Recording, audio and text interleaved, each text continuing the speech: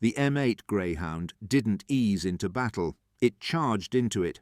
6 wheels hit torn pavement with the tempo of a machine built to outrun chaos, turning shattered streets into improvised highways under fire.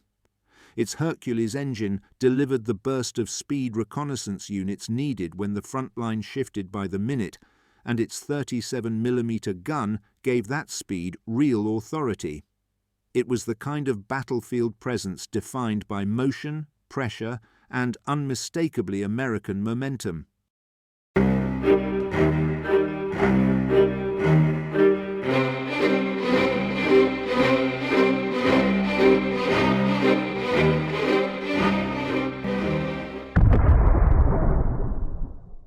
The opening years of the Second World War exposed a clear problem in American reconnaissance. Information moved slowly while the battlefield moved quickly. Light tanks carried weight the role didn't require, motorcycles lacked protection, and improvised scout cars struggled to keep pace with mechanized formations. What the US Army needed was a vehicle that could stay mobile, even when terrain and pressure conspired to slow everything else.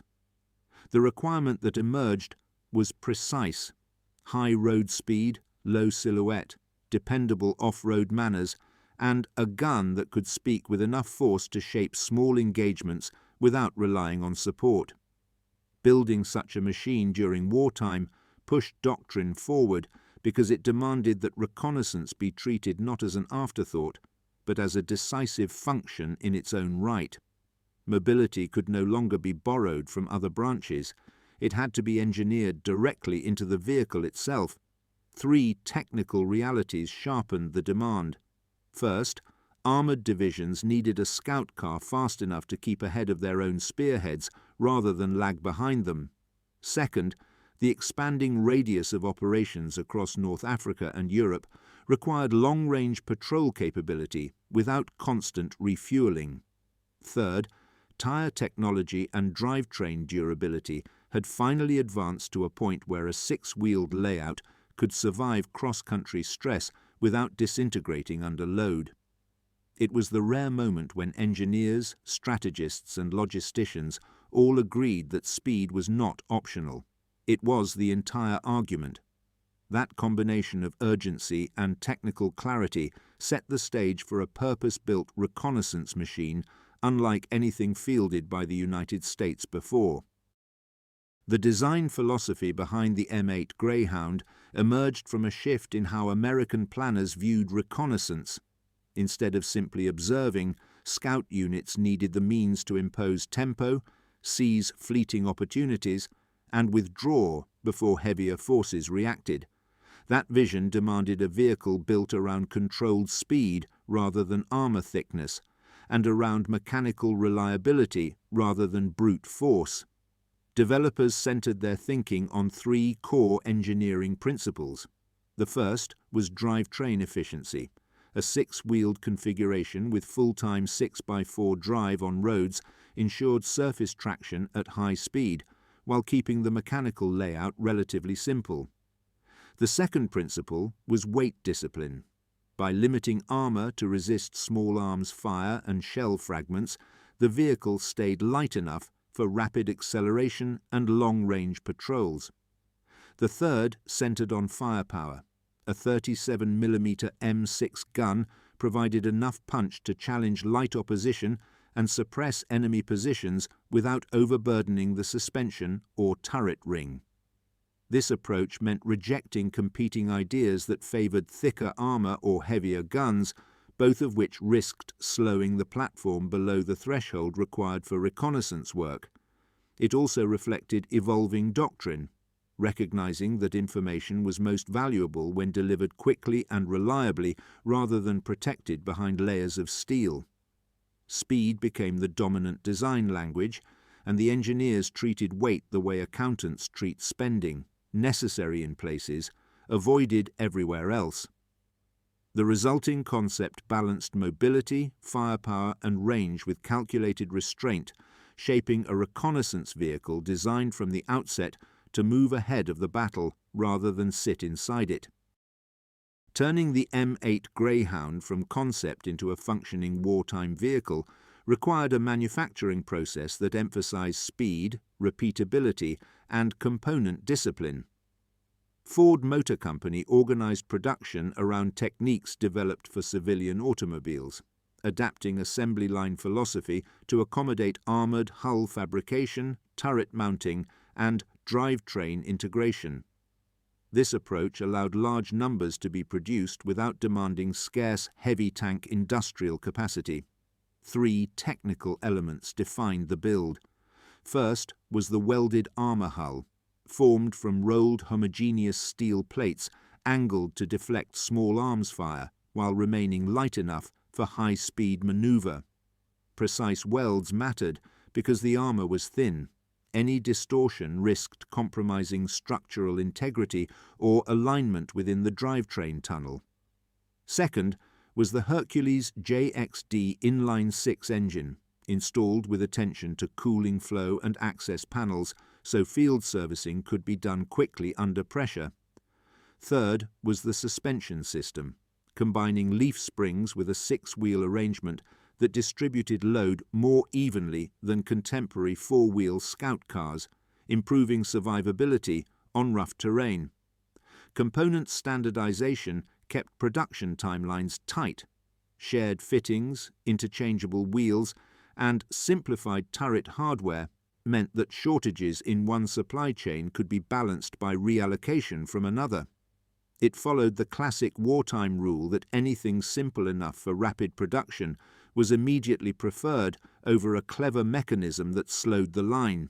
The result was a manufacturing rhythm capable of delivering thousands of vehicles while maintaining the specific tolerances needed for reliable high-speed reconnaissance across multiple theatres. Field testing for the M8 Greyhound exposed the difference between theoretical mobility and real battlefield behaviour.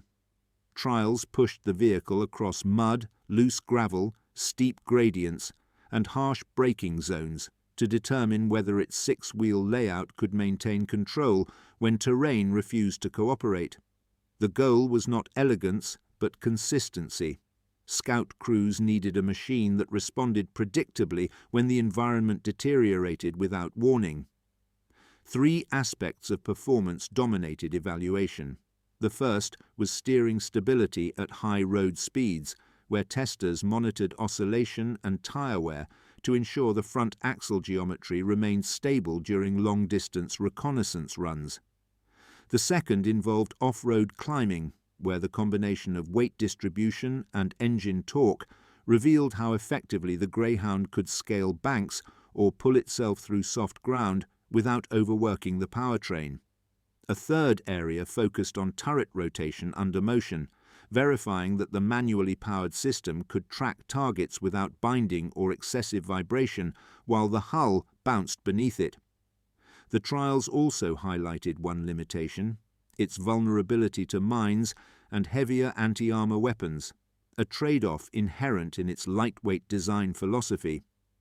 This vulnerability underscored the importance of situational awareness and route selection in operational reconnaissance, reinforcing that the Greyhound's greatest defence remained its speed and ability to reposition rapidly.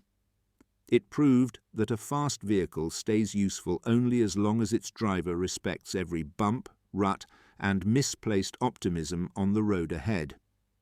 By the end of testing, the M8 demonstrated that its engineering choices produced a machine capable of maintaining pace, control, and firepower in environments that routinely punished less focused designs. Once deployed in large numbers, the M8 Greyhound quickly demonstrated where its engineering choices paid dividends and where they imposed limits.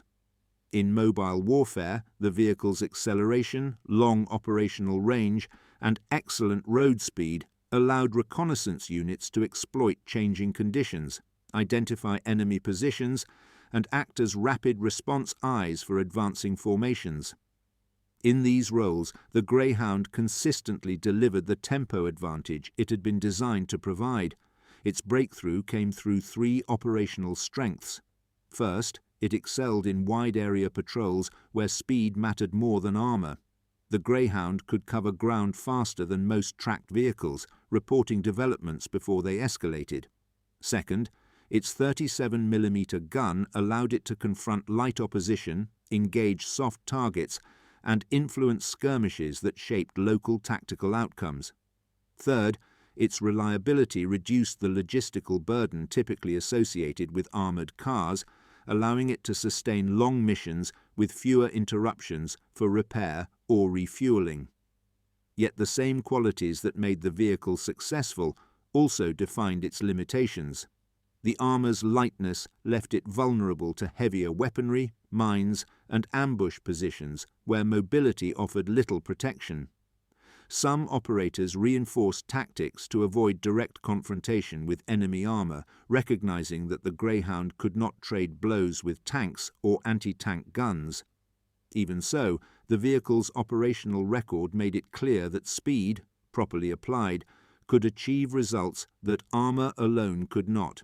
Its wartime performance established the M8 Greyhound as a reconnaissance platform that delivered strategic value precisely because it understood its own strengths and operated inside them with discipline.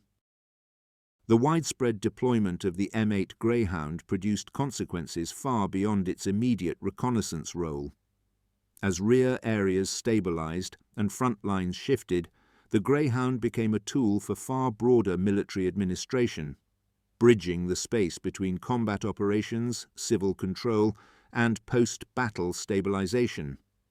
Its mobility and relatively low operating cost made it suitable for duties that demanded visibility, rapid presence, and the psychological weight of an armoured vehicle without the destructive footprint of heavier armour. Three indirect effects became clear over time. First, the M8's adaptability made it valuable for constabulary and security missions, where its speed and imposing silhouette helped enforce order in regions emerging from combat. Second, the vehicle's maintenance simplicity proved useful in rebuilding efforts, as armies operating with limited infrastructure could keep the Greyhound running with comparatively modest supply chains. Third, its presence influenced the doctrine of post-war policing forces, demonstrating that light armoured vehicles could manage border security, patrol routes, and rapid response duties more efficiently than traditional cavalry or foot patrols. These roles introduced new operational expectations, linking reconnaissance design principles with internal security missions in ways few earlier armoured cars had achieved. It became the sort of vehicle that filled every gap because it was cheaper to move than to argue about. Even logisticians treated its fuel tanks like a minor inconvenience. This hidden layer of utility shaped the Greyhound's reputation not just as a frontline scout, but as a platform capable of supporting political stability, reconstruction, and organizational reach in the uncertain environments that followed major operations. After the war, the M8 Greyhound entered a second life, shaped by changing geopolitics and shifting military priorities. Nations that required mobile security forces or rapid response reconnaissance units found the Greyhound's characteristics well suited to post-war realities, where mobility and range mattered more than the heavy armour associated with Cold War front lines. Its continued use reflected a balance between practicality and affordability rather than nostalgic retention. Three legacy themes defined its long-term relevance. First, the Greyhound influenced the design of later armoured cars, particularly those that emphasized speed over heavy protection. The logic of a lightweight hull powered by a dependable petrol engine reappeared in multiple post-war vehicles. Second, the export and adoption of the M8 across numerous countries created a shared maintenance and training culture that persisted for decades, shaping doctrine long after original wartime stockpiles diminished. Third, its operational record offered engineering lessons in weight distribution, turret ergonomics, and drivetrain endurance, informing subsequent reconnaissance platforms that adopted more modern materials and powertrains. The Greyhound's survival into the Cold War and beyond demonstrated how wartime innovation could transition into long-term utility without relying on sentiment or ceremonial status. It became one of those vehicles that militaries kept using not because it was glamorous, but because replacing it cost more time, money, and paperwork than simply keeping it fueled. Its legacy remains visible in the continued preference for agile armoured cars that combine range, speed, and manageable logistics, qualities first demonstrated convincingly by the M8. The M8 Greyhound's story closes where it began, with movement shaping outcome. Its role in fast reconnaissance proved that speed, when paired with disciplined engineering, could become a decisive asset in environments where hesitation carried real cost. The vehicle's design captured a philosophy that prioritized initiative, trusted mechanical simplicity, and accepted calculated vulnerability in exchange for reach and tempo. 3 reflections give that philosophy its lasting weight. First, the Greyhound demonstrated that reconnaissance platforms achieve their greatest value when they convert distance into knowledge faster than opponents can react. The machine's mobility made information a practical tool rather than a delayed report. Second, its design confirmed that lightweight vehicles could influence operations without chasing the protection levels of tanks or the complexity of fully tracked systems. Mobility became a strategic choice, not a compromise. Third, the widespread adoption of the Greyhound after the war showed how wartime engineering could transition naturally into stability missions, border patrols, and internal security roles across continents marked by uncertainty. The cold open's urgency, roads breaking apart, situations tightening by the minute, mirrored the conditions the M8 was built to navigate, and the machine's stability under those pressures gave it importance beyond its technical specifications. It proved that a fast vehicle, used with purpose, can deliver clarity in conditions that rarely offer it willingly.